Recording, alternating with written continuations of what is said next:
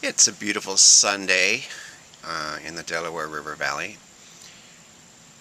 Tomorrow is October 4th, and it will be 40 years ago to that day that Janis Joplin died.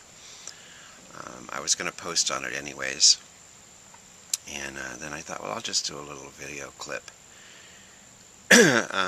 Somebody gave me her album Pearl about 6 months after she died, and I was 12 years old.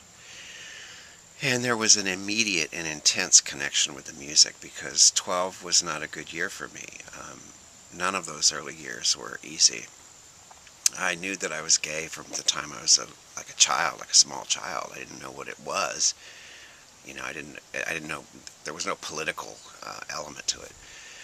I just knew that I was attracted to other boys, and always would be, and it was perfectly natural. But it was a tough culture to live in, a tough society to live in, you know. And it still can be. You know, any day you listen to the shit they say about us. But anyways, life goes on, and that's why, you know, I thought I might as well do this now because I'm out here on the porch, the back porch. I'm doing one of my arts and crafts projects, and I'll be 52 on October 28th, man. 52 years old, 40 years longer, you know, than I thought I was going to make it. But I did, and part of that was because of Janis Joplin, and she became my idol, posthumously for her.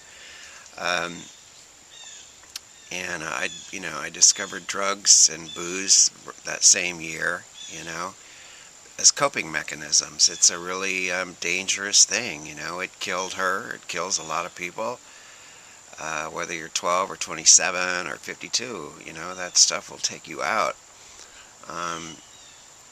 But at the time, that's how I survived. That was my lifeline. And listening to Janis Joplin was my lifeline because she sang the way I felt. You know, that was what just totally struck me when I listened to her. It was like, oh my God, she sings her soul out. And you know, those blues, the Little Girl Blue, all those songs, Get It While You Can. I mean, just all of it. That blues that was at the very core of it was at the very core of me as a child. It's still there, you know. I've gotten past a lot of that. I don't think there's anything wrong with being sad. I'm not like into being happy. I am happy. I'm content. I'd rather be content than happy anyways.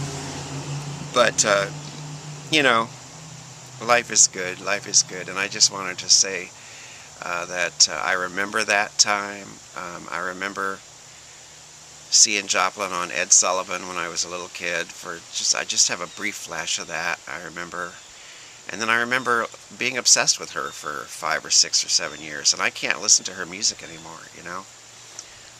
It still does something to me. And it's not something I really want done to me.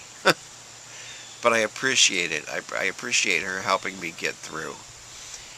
And she's one of a kind. She was then. She is now. There's never going to be another one. So goodbye, Janis, yet again. Would have been interesting to see where you went, but we know that, don't we? So, the Landmark Hotel, October 4th, 1970. Bye.